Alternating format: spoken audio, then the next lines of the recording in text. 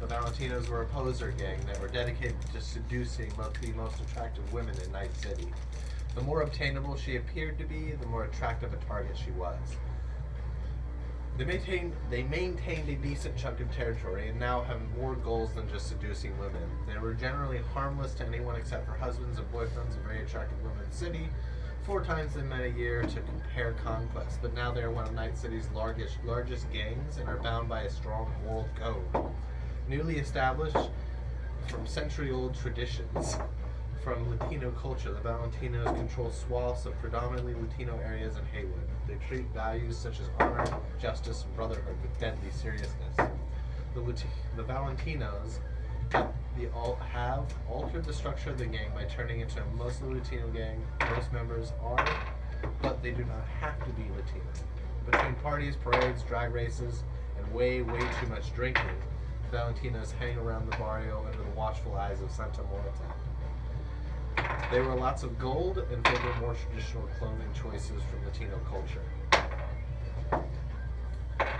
Twitch went unconscious from his wounds and stumbled into a puddle of dumpster soup. Discarded in said dumpster were bags of ditched, lab-grown fungus that sat and stewed for nearly 6 months. When you woken up, the world was beyond different. You went on a years-long journey, running from sounds you could see and noises you could feel.